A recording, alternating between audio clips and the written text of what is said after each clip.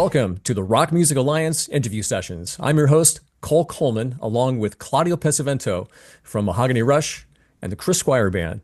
On our show today, he's a dynamic bass player who's worked with DIO Disciples, Yngwie Malmsteen, Quiet Riot, Hellion, Tony McAlpine, and many, many more. Today, we're going to be talking about the band he founded, Soulsign, and their latest album release, Desert Fire. Welcome back to our show, Bjorn Englen. Thank you very much. Great to be here. Thanks All for the coming way back from on. Sweden. Right, all the way from Sweden. Yeah. You're from Sweden, right, Bjorn? Excellent. Correct. Yeah. Bjorn and raised.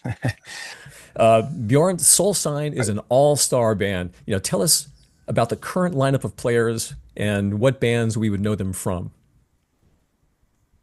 Well, we have a Mike Cancino on drums. He's the strong anchor, a great guy, great drummer. He's played with Unita in the past. He was briefly with Lynch Mob and House of Broken Promises and more. And he's a real versatile drummer. And he grew up in a family with drummers, and musicians. Like all of his brothers and uncles and everybody played music. So he's been around, and he's just awesome. And then on guitar, we have Mr. Rob Math, and he's just a brilliant guitar player, just perfect for the band and stylistically, and he's awesome. And Rob's been with the band Player. I don't know if people remember the Baby Comeback hit Yeah. from the 70s. So he's been with them for quite a few years now. And he's also played with the band Leatherwolf for a long time. Yeah, there So you go. uh yeah, so the kind of two different Player and then Leatherwolf. But yeah, he's a real versatile. He can play anything. And on vocals we have Mr. Mark Bowles, which is was known for his stints with Yngwie Malmsteen, especially from the album Trilogy with You Don't Remember, I'll Never Forget. And he's done a couple of other albums and many tours with Yngwie in the past, and he's also played quite a bit with Uli John Roth of the Scorpions, which is which is actually how me and Mark met. So, and from there, it's everything else is history. So we met in the Uli John Roth band, and Mark is just anybody who's heard him sing has just got this enormous range, and he's a great down to earth guy and a great friend, and we all feel the same way about each other in the band. We get along great, and we all have mutual respect for one another's musical abilities and so forth. And it's just a joy being in the same room with these cats. It's just it's great. It feels it's like family. So it's awesome. That's great, man. And that's so important, so important with bands. Your new album release is Yeah. called Desert Fire. And this is the second full album release for Soulsign.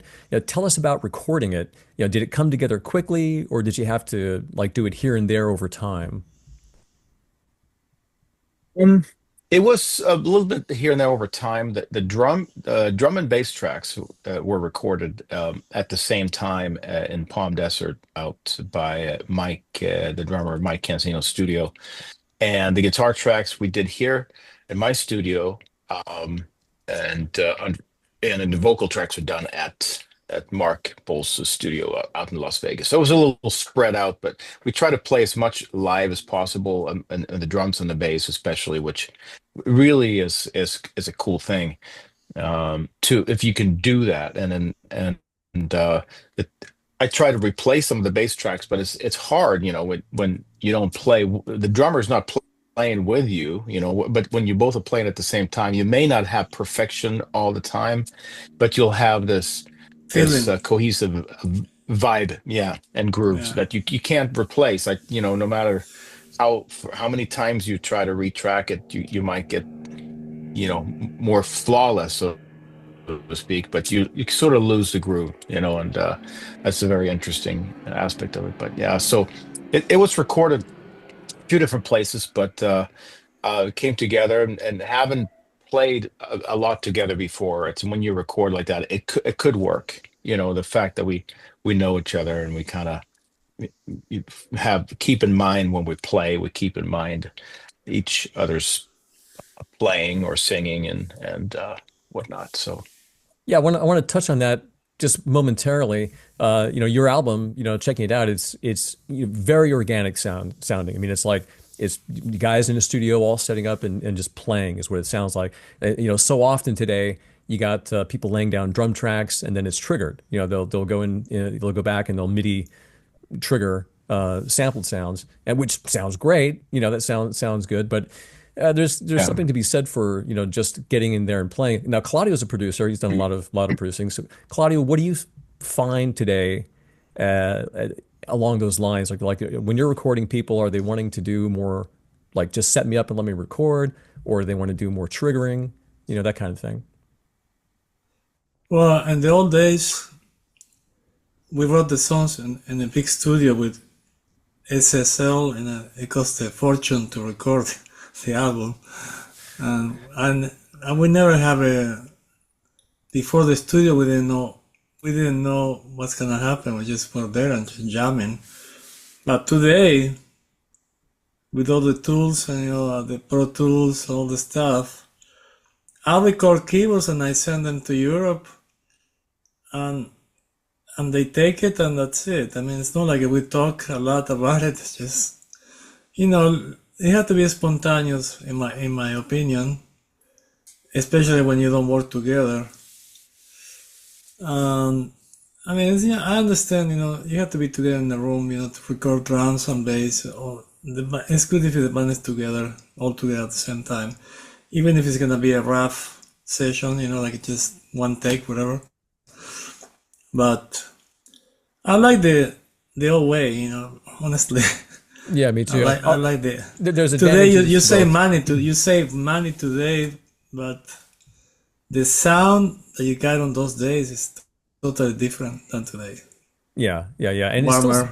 it still sounds that way too. Like really, like the recordings from the '70s and some of the '80s, a lot of them, sound like they're just set up in the studio and they're just playing. Yeah, even bands, that are doing like progressive rock, it still sounds pretty organic, by today's standards. Um, you know, but there are advantages to both ways. So Bjorn, are there guest musicians on this release? Yes, there is a speaking of recording remotely. Well, not all of them did, but yes, there's a few. And Rob briefly left the band, and before he came back to the band, we had a few tracks recorded by some guests, and one of them is Tony McAlpine plays a solo on one of the songs, "Brighter Day," and we have Rowan Robertson from Dio is playing rhythm guitar and lead guitar on the song "Shout," which is towards the end of the album. And it was really fun having them. They're not just great players, but they're great friends as well. So it was really fun. And there's a couple of other really good friends. A good friend of mine from Sweden called Michael Ringdahl, who was my music teacher when I was 9 years old, and we've been great friends ever since. And he's been very supportive of me, and we're very close friends. So it was an honor to have him, and it kind of made sense in a way where we really haven't been on the recording together. He's been engineering and producing me way back in the day when I lived in Sweden and stuff, but this was a really good opportunity to get together like that. And there's a couple of other guests as well. We have Mats Karlsson from the legendary Swedish heavy metal band called 220 Volt, who also became is a good friend of mine, and it was a band that I admired a lot when I was a kid and stuff. So it was kind of a cool full circle to have him play on a track. He's on a track called "Blue Light in the Dream," and a friend of mine from who's also from Sweden but who lives in Hawaii since a while ago, a guitar player. All these people, by the way, guitar players, a guitar player as well. It's on a track called "Can't Wait," and he's adding some rhythm guitars on that one. So it was kind of fun, and it kind of added some color.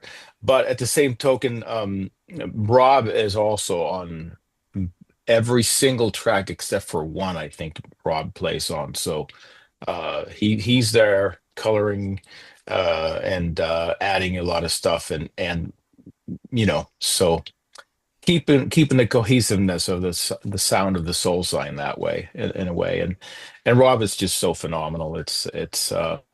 He's yeah, just golden. You just press record and he'll play just the most awesome solos and stuff like that. So Yeah, I like Rob's style, and he is versatile. I actually sat down with him once with an acoustic guitar, and just didn't know what he would be doing. Like if he's a metal guy that doesn't really play acoustic, but he just dove right in. Sounded like he'd been playing forever.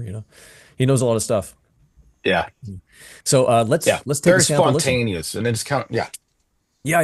Well, let's take a sample, listen to it, and the first song that we're gonna sample is the first song on the album called "Clean Soil." And if I read correctly, then Rob is actually playing on this track and soloing, right? Yes, sir. Yeah. Yeah, And cool. it's one of the tracks that have very little overdubs and stuff like that. It's for the most part just one guitar, and it worked out really great that way. Cool. Well, Bjorn, would you set it up for our listeners and tell us what Clean Soil is about? Clean Soil is lyrically about our that's the one, not the only political song, but kind of politically angled.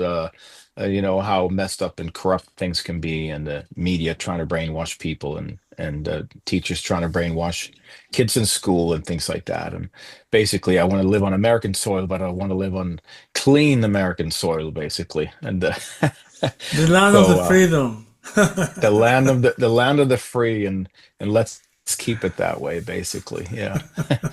Gotcha. Is that desire to live in some place that's clean, like you're talking about, not being polluted by other political problems. Yeah, Well, I gotcha. And let the people, whatever the people decide, let the people decide who's going to be in charge, and let's have fair elections, and then I'm all good.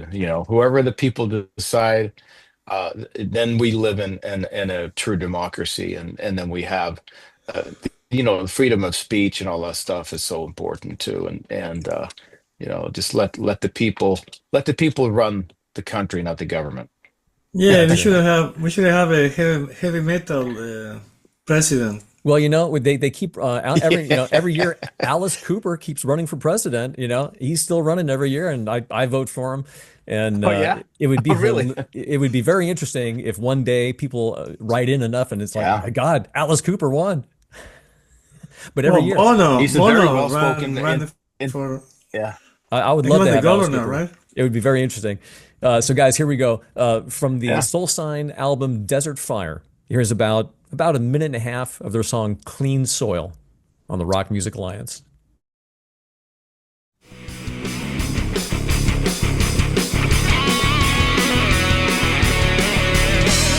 A slow maneuver can bring us all down.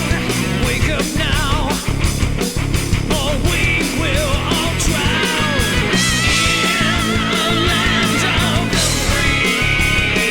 I don't want to be a prisoner of lies and control. I just want to live on clean soil, not where water of lies can boil. Manipulation through media and school, making us feel like we drowned in their pool. In a land of the free, I don't want to be a prisoner of lies and control. I just want to live on clean soil, not where water of lies can boil. I just want to live on clean soil,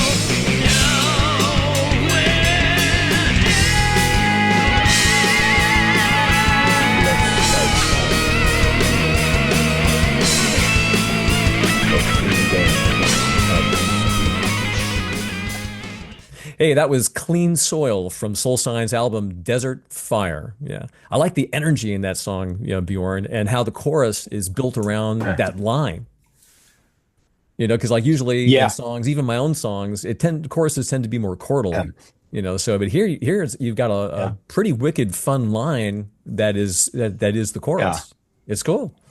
Yeah. Yeah, and I heard that, and the King's X does that a lot. Mr. Big, Extreme, a lot of the bands I like, even Van Halen and even Led Zeppelin, will have a busy riff, but you have a nice, solid vocal on top of it, and it just it proves you can do both, and combining that crazy lick and making something solid out of it, and it makes the riff even better, so. Oh yeah, yeah, yeah. You look forward to hearing that when it comes around. That's the chorus. So Bjorn, who's the producer for the album? That was me, in fact. So, um, pulling all the strings together, making it all happen. I mixed it as well. So it's, and like Claudio we were talking about before, but recording in different places and all that stuff. There's an advantage to that, but the disadvantage is when when you go in and you're forced to, you know, playing it and making it happen because you're paying a lot for the studio, you get it done. That's the thing. It keeps the deadlines, I think. That's the advantage of that. And you can go on and mix and re-record and all that forever. Although we had the advantage of recording everything digitally and all that stuff, like most people do these days, it's most of it is it's there's really no auto tune. It's no very, very little copy and paste. There's maybe if there's a bad note or there's something with, when you record drums and you have the drums, there's maybe one or two songs that have drums from two different takes where you have to kind of blend the cymbals and the things like that. But there's very little copy and paste. It's like what we played is what you hear. And again, when you just great players like that, it's a lot easier to get um, a cohesive take, and I think it shows too, like you said, Cole. Like back in the day, you can hear it in the music when people played, it really sounds more human, and it's more fun for me to listen to a record like that too. So Cool. So, Yeah, um, plus, you don't have to worry about the lining, the instruments, to be right on the grid. oh yeah, Just right. like sometimes it's good to have like a little, Yeah, Bjorn mentioned that earlier. it It's doesn't like have yeah, to be perfect. with this style of recording, you get some imperfections here and there, but you get also energy, out of it. Yeah. So yeah, where did you guys absolutely. record? I mean, so do I understand that like everybody just recorded themselves and sent in the tracks, or you mentioned that you got the drums and bass done together? That was at Yeah, I Mike's place. engineered everything. Right. In Mike's studio, we mic'd up the drums and everything, and together made it happen. But I did, all the engineering and except for the vocals, Mark did at his studio in Las Vegas. And there was times where I kind of said like I'd like to be there, but we worked remotely, and he's very good at interpreting my rough vocal tracks, and make it happen. And it's not his first time, you could tell. But as long as I got the melody in there, he could. And I said, well, kind of, sing it the way I put it down, but make it more bluesy or more powerful or something like that. And he knew what I meant. So it 9 times out of 10, and that was not a problem. And he's just phenomenal with he's not only he has great pitch and a great range, but he's really good at adding colors and adding harmonies and things like that too. So something that there's a lot of, but at the same time you got to be careful in adding. I didn't want to add too much of it, but it's in there. The choruses especially. He's got nice choirs and stuff going on. So Well, tell us about making the video for Clean Soil. what we did, we went out to Las Vegas and ended up a little bit outside of Las Vegas in a couple of different locations. One was a dry lake bed, which we shot a video that hasn't been released yet, but we for another song. But we had Clean Soil in Las Vegas was pretty much in the same location. Maybe I shouldn't reveal that, but but it was outdoors, and we did one day of indoor shots, and we kind of combined them, and it was a lot of fun. We got it all done in 2 days, and it was great when you worked really fast. And sometimes I think it's the best way to do, because people still have energy. And Yeah. you got to give it all, and instead of like you do 10 takes of the same thing and you're on your feet for 14 hours. I personally don't like to work that way. I think if you get it done. If it doesn't look good, if one person doesn't look good in a certain scene, then use a shot from a different guy. That's what we did, and especially the video for Las Vegas is like, editing that was tricky, because I had to look and try to find clips that the guy that edited, James Eberly, did a great job. But we I know sat James. together, and it was hard. Yeah, James is good. great, and he's awesome, and we sat and try to find clips that would work in certain places, and it was tricky. We could have used a few more takes when we shot that one, but Clean Soil was probably maybe a little easier. It was the same thing there. We had to kind of with the guy who edited that, we had to sort of just kind of balance and try to find things, but we made it happen, and there's it's not perfect. I wish there was more footage, but sometimes you just got to get it done, and that's it, Yeah, man. And yeah. Well, kind of it keeps worked. it a little interesting too. And yeah, thanks. Yeah, it worked. It worked. It came in all right. Yeah. Will there be Cool. live dates for Soul Sign, or maybe a tour this year? We're looking to do Northern California and Southern California at the end of May, which we're still waiting for confirmation. This is getting very close to that at this point, but that's what we're looking to do, and hopefully hit the East Coast later this year, and then the following year go to Europe, and hopefully do some festivals too over there. But that's the sort of the plan right now. Way cool. Well, let's pause here for a moment, guys, for a word from our sponsor, and we'll be back. When we come back, we're going to sample another song from Soul Sign's album, Desert Fire. We'll be right back. Attention guitar players, the thimble slide allows you to slide and fret, freeing your slide finger.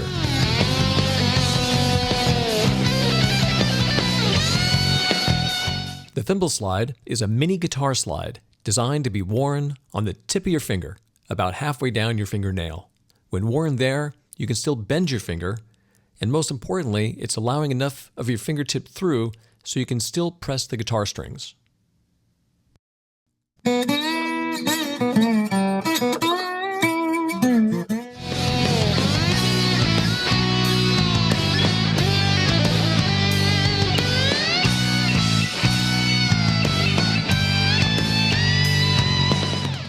With its patented shape, you can slide and fret while wearing the thimble slide. Visit thimbleslide.com. That's thimbleslide.com.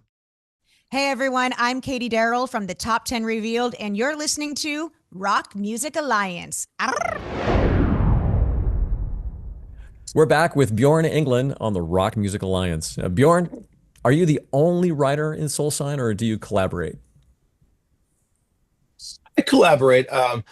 About 4 of these songs were me and Mike, the drummer, jamming together, and a lot of the times I would just press record and just kept playing, and that was pretty much the song structure. And so that was music on about 4 of them, and a couple of them I wrote all by myself, and then there's a couple of songs that were shelved from a long time ago, and I'm not sure why we haven't recorded them, but I was like, man, these are good songs, so we pulled them off the shelf and recorded them, and I'm glad we did. So they kind of fit the album nicely. And Blue Light in a Dream is one of them. Can't Wait is another one that and Building the Road was a collaboration between me and the guy who initially started a band a long time ago, Magnus Andersson, who's a great friend, and he co-wrote the music for Can't Wait with me as well. He wrote parts of that. So so that, but the next record, we're all going to be more involved. Everybody's going to be more involved in the writing process and everything. This time around, uh, almost all of the lyrics and vocal melodies were written by me, but collaboration's really nice, and I love it. You know, bouncing ideas back and forth can be really, really productive, you know, and I like it a lot. So I'm looking forward to them doing that on the next album. Yeah, good luck, doing that. Hope that works out well. Yeah, what was the inspiration behind calling the album Desert Fire?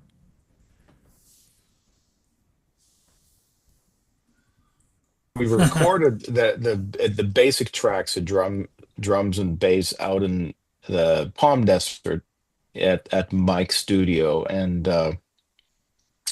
when I first walked in the studio, there was on one of the walls is like all black and burned and part of the ceiling, and I'm like, "Did you have a fire here?" And he said yes, and he told me a story of lighting some incense and luckily hosing down. In the meantime, he was hosing down the front yard of the lawn, and he had the garden hose in his hand, and all of a sudden his daughter comes running. I say, Dad, there's a fire in the garage, and so he had the hose ready, so he hosed it down and put out the fire, so he was lucky. And while we're recording the album, we take a break, and I think this is the first day of tracking. I open the door and there's a fire in the mountains, in the desert. And I'm going like, how could it be a fire in the desert? So, so we wrote a song and wrote lyrics about it, and it's kind of about me and Mike working together, and having that desert fire, and how it came together really nicely. We actually met initially through his brother, rest in peace, who sadly passed away last year, but he was a great musician. His brother, and who initially was the one who turned Mike on to drumming, and there was a time a while ago when we had a couple of shows out of town and we couldn't find a drummer. I think I spoke to about 40 different guys, and eventually I realized there's got to be somebody up there going like, no, you need this guy. So I called. The very first guy that I was going to call was Mike's brother, Chad. And but I knew he's a busy guy, so I was like, okay. I didn't, but eventually I ran out of options. So I called Chad and I said, Chad, we have a couple of shows here. Can you make it? And he's like, no, but I'll send my brother, and that's how it all came together. And Interesting. we started jamming, and within one song we just knew. And I gave him a CD, and he said, Mike said, thank you. And I said, well, if you want to come jam with us, let's meet in about a week or two and pick a couple of songs that you want to play. And I called him up a week later and I said, okay, which two songs do you want to come in and jam on? And he said, it doesn't matter, I know the whole record. So he he shows up to the jam or audition, and he's there like an hour before the rest of the band. We walk in and there's smoke coming up behind him, and I'm like, did he bring a smoke machine? And it turns out it was this espresso maker. He brought an espresso maker, and then he had mugs lined up, one for each guy in the band. And we started playing, and we're about a minute into the first song. He stops and he stands up and he's go like, hold on, guys. It doesn't go two times before the second pre-chorus. It goes three times. Let's do it again. Right. So, Interesting. Yeah. that we're just looking at each other going like, okay, this guy really wants to gig. So Yeah. it was we knew we found the right guy pretty much immediately, and it's been the rest is history. So That's great, man. That's great. Now let's take another sample listen. Bjorn, set this one up for our listeners as well. We're going to listen to Shout. So tell us, what is Shout about? Shout is about that's my other political lyric. It's this one is about my home country, Sweden, where for the last 20 years I've been trying to tell people to wake up, wake up. If you don't wake up, this is going to happen. And exactly what I said was going to happen happened 20 years later. And people have just sort of been living in a bubble in this very safe, used to be a very safe country, believing that no matter what happens, everything's going to be okay, which is, as we know, not the case. And so basically, instead of calling me the bad guy, which I was the bad guy because and I was like, I don't live here. I don't have to live with it. I'm trying to help you. And basically, and the chorus goes, I'm your shout, I'm your shout in the night. I'm not your energy. Sorry, I'm not your enemy. Sorry, I'm not your Gotcha, enemy. gotcha. I'm your shout in the night. Basically, I'm here to help. So yeah. Gotcha, I don't gotcha. know. All right, well, here we go. From Soul Sign's album Desert Yeah. Fire. Here's about a minute and a half of the song Shout on the Rock Music Alliance.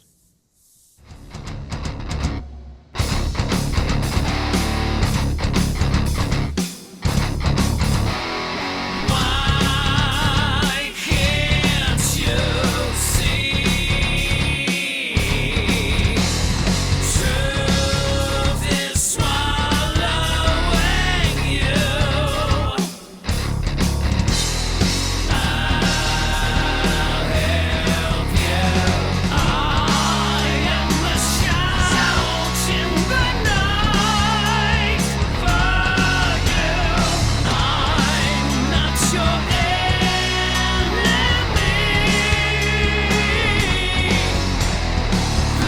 Please see, do now.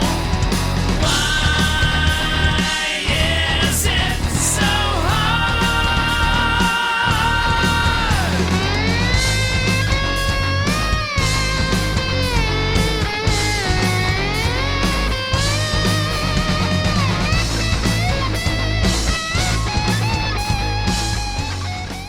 That was Shout from Soul Sign's new album, Desert Fire. I love the slide guitar solo in that song. It's not very often that you hear slide in this style of music, so it kind of takes you by surprise. Plus, it's really a slinky, snaky kind of sound that he's doing there. Not like a blues slide, but just a melodic slide. So it's very good. And who's the guitar player in that one again? Thank you. That's my dear friend Rowan Robertson, and he came in to play, and he never told me he was going to play slide on it. I basically pressed record, and he starts, and I'm like, "Whoa, that's awesome!" And I think he did a couple of takes, but I think that was the first take, and it was just so tasteful. I agree, and so unexpected in a song like that. Really long melodic notes, and Yeah, it's really cool. Yeah, it's kind of jarring when you first hear it, and then it's mesmerizing. It's very cool. Yeah. Yeah, well, we're coming up to the end of the show, guys. But just have one or two more questions. Claudio, did you have anything you wanted to ask about? Yeah, I at this have a time? question. Fire away. When you join Yngwie, or I call him eBay, but when you play with him, Jeff Scott sort of was singing. No, Tim Ripper Owens was singing actually. When I Okay. first joined, I did a couple of shows with him, uh, with Yngwie singing half the set, and half the set was actually instrumentals. The second show was actually it was Yngwie's band, and Jolyn Turner was also on the bill, and Jolyn Oh, Turner came in to sing a bunch of songs. And I grew up listening to that Odyssey record that he sang on, and Live in Leningrad, and all that stuff. And so this was like a pinch yourself in the arm moment. We're backstage, and Yngwie goes like, "Well, you want to sing these songs?" So there was like a few songs from the Odyssey. I think we did a Deep Purple cover as well. But so Joe said, I don't remember these songs," and I said, "Well, I do. I have the songs on my iPod here. I'll. So I'm sitting there writing the lyrics down for Jolyn Turner, his own lyrics. Oops, that was the cat right there. Sorry about that. That You happens hear now and it. again. I've seen live Yeah. once or twice where bands, of course, things happen on stage, but the lead singer of a band on stage kind of forgets a song, and Yeah. But I remember the time I'm thinking of covered it so well. I mean, everybody knew that he was forgetting the lyrics, and so he held the mic over Yeah. the audience, and the audience started to sing it. so are you gonna be that was cool. at the Dio? That's That's awesome. So Now wanted to finish the story really quick. So I'm sitting backstage writing down the lyrics for Joel and Turner, and Joe is sitting right here, and Yngwie sitting on the other side of me. And I'm thinking to myself, if somebody told me I would play with both these guys one day, I would probably believe them. But if they said one day you're going to be sitting backstage and you're going to write the lyrics down for Joel and Turner, and he's going to sit here and Yngwie's going to sit on this side, I would be like, no way, that's not that's. And so that was a pinch yourself moment, but do you keep the it paper? was a lot of fun. Do you keep the paper? I did not actually. That would have been awesome. That would have been historical. Yeah. So, anyways, Yeah, Claudio, you were I think you were going to ask Yeah, I another was going question. to ask something about the Rock for Deal, whatever in the park. Are you guys playing, Rock right? for Ronnie. Yeah. Yes, Rock for Ronnie. And we're doing the annual thing.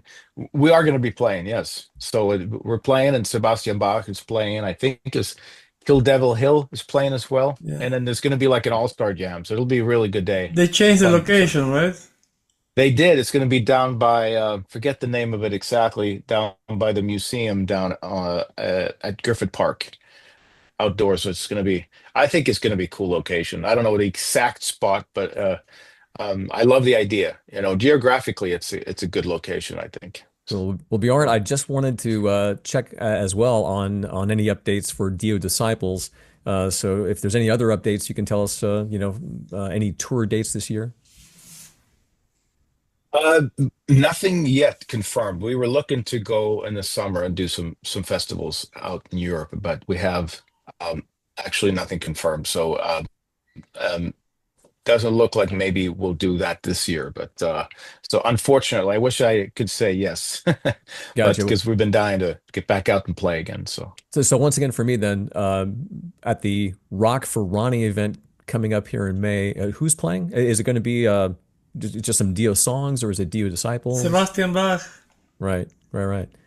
yeah, when we do our Dio Disciples set, it's going to be Dio Disciples. Yeah. There you go. And it's going to be it's going to be Dio. We do a Rainbow or two, and a Black Sabbath song, most likely one or two Black Sabbath songs. So it's all the typical Dio set list. So it's going to be great. That's going to be great. It is going to be great.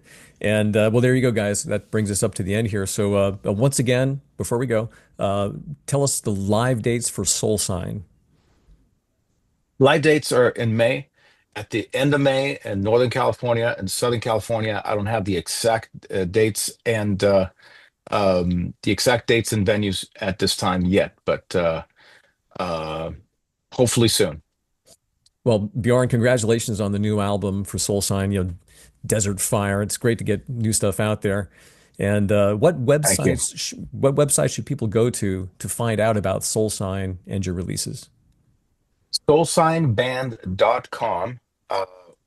We have all our tour dates and links to buy CD, vinyl of the new record and the previous record. And you can buy downloads there as well. And t-shirts, signed photos, and like I said, tour dates, and all the news about the band, the videos, and all that stuff. We're on social media as well. Soulsign, Instagram, Facebook. On Twitter or X, we're actually All-Star Rock, RAWK. But you can find us at Soulsign on there as well. And the same thing with TikTok. So we're all over the place. Right on. Yeah. Yeah. Well, Bjorn, thanks for being our guest today on the Rock Music pleasure. Alliance. My pleasure. Thanks for having me. I'm Cole Coleman. And for Claudio Pesavento, the Rock Music Alliance, and the RMA Awards, thanks for watching and listening. Visit us at rockmusicalliance.com and check out this year's RMA Awards for rock, metal, and progressive rock music.